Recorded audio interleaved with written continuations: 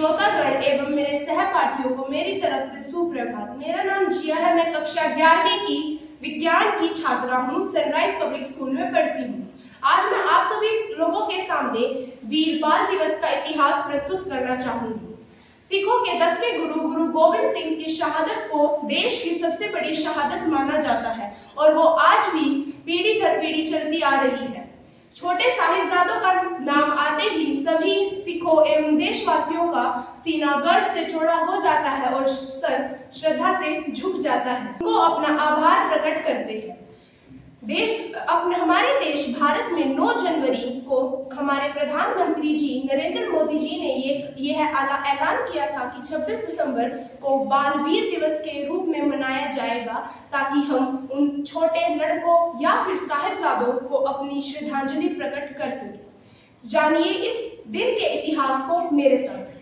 कहा जाता है कि मुगल सरकार ने अचानक ही आनंदपुर साहिब के किले पर हमला कर दिया था। वहां पर गुरु गोविंद सिंह, कुछ सिख एवं उनके चारों साहिबजादे मौजूद थे।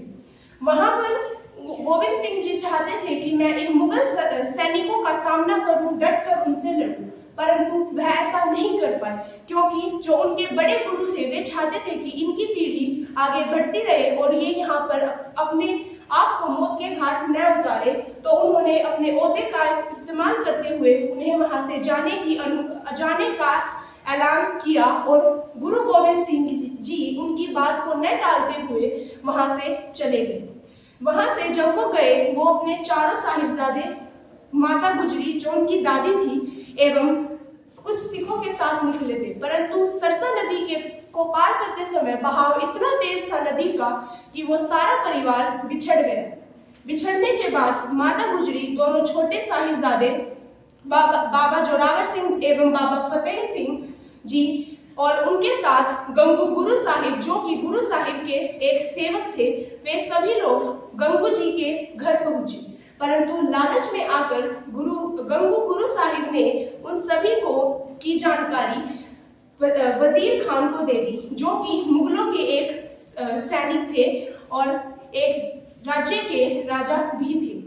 परंतु ऐसा जानकर उन्हें एक अलग ही गुस्सा आया और उन्होंने उन्हें कैद कर लिया। माता गुजरी एवं दोनों साहिबजादों को और कुछ सिखों को बंदी बना दिया। बाबा गोविंद सिंह एवं उनके 2 बड़े लड़के, वे सभी लोग झंकोर नाम की जगह पर पहुंचे।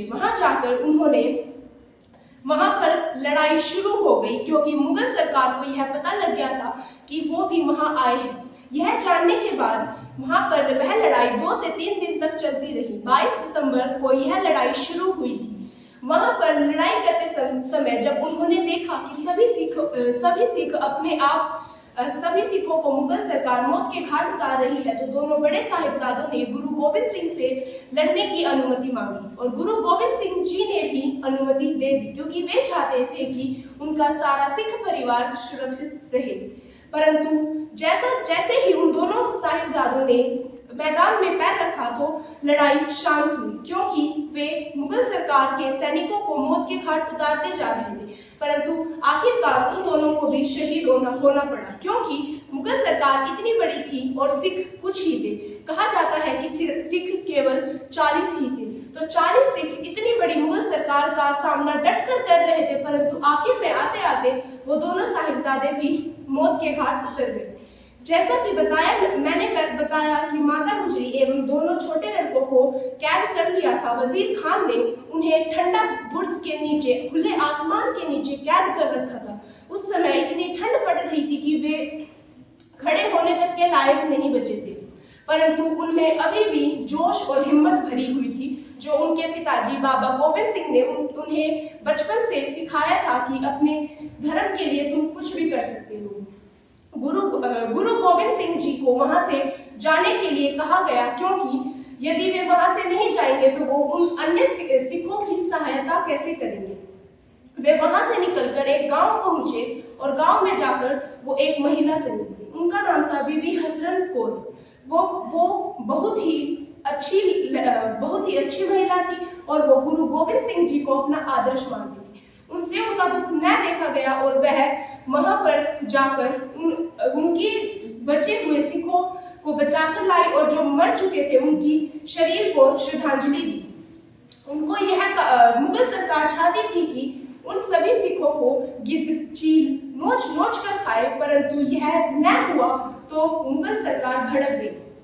मुगल सैनिकों ने जब बीबी हसरत कौर को देखा तो उन्हें भी मौत के घाट उतार दिया। उन्हें जिंदा जलती हुई अग्नि में प्रवेश करना पड़ा और वे शहीद हो गए। जब दोनों छोटे साहिबजादे को कैद किया गया था तो वजीर खान ने उन्हें अपनी कचहरी में बुलाया। वहां पर बुलाने के बाद उन्हें यह कहा गया कि तुम अपना धर्म परिवर्तन कर लो, क्योंकि वजीर खान जी जानते थे कि यदि मैंने इन्हें मार दिया तो सारे सिख हमारे खिलाफ हो जाएंगे और हमें यह देश छोड़ के जाना पड़ेगा। परंतु वे वहां से नहीं जाना चाहते थे, इसलिए उन्होंने सोचा कि हम इनका धर्म परिवर्तन करा के यहाँ पर अपना राज और बढ़ा सकते हैं। परंतु जो दोनों छोटे साहिबजादे थे वह अपने धर्म के लिए कुछ भी करने को तैयार थे। तो उन्होंने यह नारा लगाते हुए कि जो बोले सो निहाल सत श्री अकाल कहा और ये बोले कि हम अपना धर्म परिवर्तन कतई ना करेंगे। वो ऐसा बोलकर जब वजीर खान ने उनकी यह बात सुनी तो वह गुस्से से लाल पीले हो गए और उन्होंने उनसे यह कहा कि अगर तुमने कल तक अपना धर्म परिवर्तन न करने का फैसला ना बदला तो मैं तुम सबको, तुम्हारी माता गुजरी को और अन्य सिखों को मौत के घाट उतार दूंगा। परंतु जब उन्हें अगले दिन दोबारा बुलाया गया तो उन्होंने दोबारा से नारे लगाना शुरू कर दिया और मना कर दिया कि नहीं, हम अपना धर्म परिवर्तन नहीं करेंगे, चाहे तो तुम हमें मार दो। गुस्से में आकर उन्होंने उन्हें दीवार में जिंदा चुनवा दिया और यह जानने के बाद माता गुजरी ने भी अपने प्राण त्याग दिए।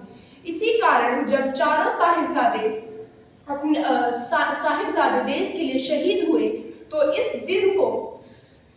दिन को हमारे देश में वीर बाल दिवस के नाम से मनाया जाता है और इस पूरे सप्ताह को 22 दिसंबर से लेकर 28 दिसंबर को शहीदी दिवस के रूप में मनाया जाता है। यह सब कुछ मैं आप लोगों को बताना चाहती थी ताकि आप भी अपने देश के लिए कुछ कर पाए और किसी हद तक जा गुजरे। आप सभी का मुझे इतने ध्यानपूर्वक सुनने के लिए धन्यवाद।